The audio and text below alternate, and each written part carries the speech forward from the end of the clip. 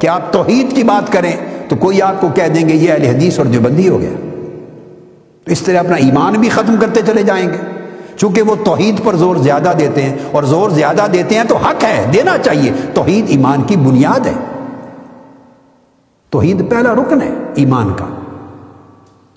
چونکہ دوسرے اس مسلک کے لوگ توحید کی بات بہت کرتے ہیں، لہٰذا آپ توحید کی بات کم کر دیں تو آپ اپنے ایمان کا ستیہ ناش کریں گے. توحید کے بغیر سارے اسلام کی دعوت کا مرکزی نقطہ توحید ہے. یہ آپ کی سوچ ہو جائے اگر اس طرح، تو دیکھیں انجام کیا ہوگا. اور اگر اہل حدیث حضرات اور دیوبندی مکتب فکر کے حضرات یوں سوچنے لگے کہ ہم اپنے سیجوں پر محبت رسول کی بات زیادہ نہ کریں، عشق رسول کی بات نہ کریں، زیادہ ادب اور تکریم رسول کی بات زیادہ نہ کریں، نہیں تو ان دوسرے مسلک والوں کو فائدہ پہنچے گا. اگر اس طرح سوچ کر اس موضوع کو چھوڑ دیں تو ان کے ایمان کا بیڑا غرق ہو گیا. پھر کیا لینا ہے انہوں نے اس ممبر سے، اس جمعہ سے، اس خطاب سے، اس حدیث کے پڑھنے سے اور تبلیغوں سے؟ جب محبت رسول ہی نکل گئی، عشق رسول نہ رہا، ادب رسول نہ رہا، تعظیم رسول نہ رہی، تو کیا باقی بچ گیا؟ تو آپ یوں سوچنے لگیں تو آپ توحید کو کم کرتے چلے جائیں، وہ اس طرح سوچنے لگیں تو وہ محبت اور ادب رسول کو کم کرتے چلے جائیں.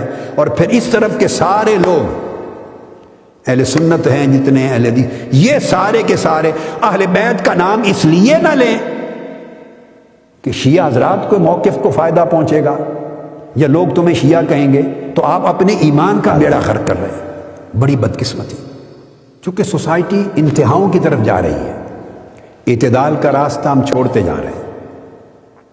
اور ایسا ہوتا ہے جب سوسائٹی میں عقیدے، مسلک صف بندی کا شکار ہو جاتے ہیں، متقابل ہو جاتے ہیں، آمنے سامنے کھڑے ہو جاتے ہیں، اور لوگ اپنے اپنے عقیدے اور مسلک میں یا اتنے متعصب ہو جاتے ہیں یا ایک دوسرے کے خلاف اتنے انتہا پسند ہو جاتے ہیں، اور صف بندی عقیدہ اور مسلک کی بنیاد پہ نمایاں ہو جاتی ہے جس سوسائٹی میں، تو پھر ہر ایک عقیدہ اور مسلک کا کوئی شعار ہوتا ہے، خاص علامت ہوتی ہے. ہر عقیدے اور مسلک کے لوگ کسی ایک نقطے پر خاص طور پہ ایمفسائز کرتے ہیں، وہ ان کا نیوکلیس ہوتا ہے کسی ایک عقیدے میں، مسلک میں، اور اہل مسلک میں، ان کے پیروکاروں میں نیوکلیس ہوتا ہے، خاص علامت، خاص سمٹم ہوتی ہے، وہ پورا زور اس پہ لگاتے ہیں. اور آپ کو دوسرا عقیدہ رکھنے کی وجہ سے ان سے اختلاف ہے، لہٰذا ان کی ہر بات سے اختلاف کرنا آپ اپنے اوپر واجب کر لیتے ہیں، خواہ وہ حصہ حق کیوں نہ ہو.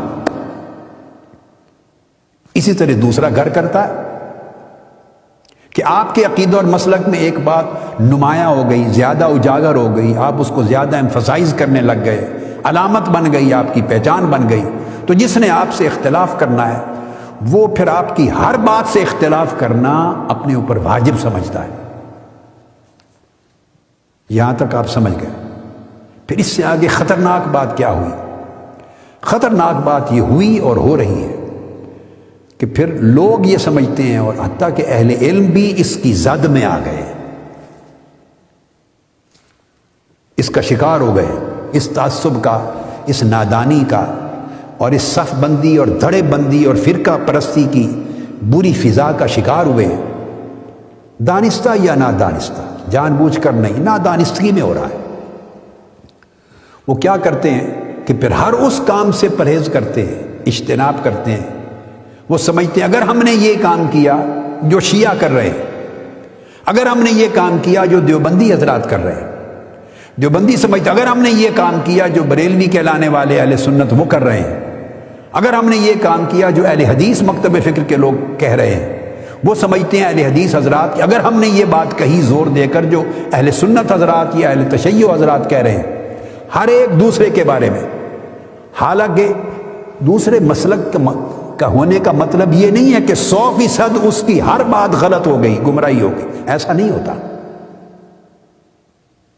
ہر ایک کے یہاں کچھ چیزیں درست ہوتی ہیں، کچھ غلط ہوتی ہیں، کچھ میں مبالغہ کر دیتے ہیں لوگ، کچھ میں تفرید کر دیتے ہیں، کچھ میں افراط کر دیتے ہیں، کچھ میں حد سے آگے بڑھ جاتے ہیں، کچھ میں حد سے گھٹ جاتے ہیں. یہ پلس مائنس ہر کوئی کرتا رہتا ہے.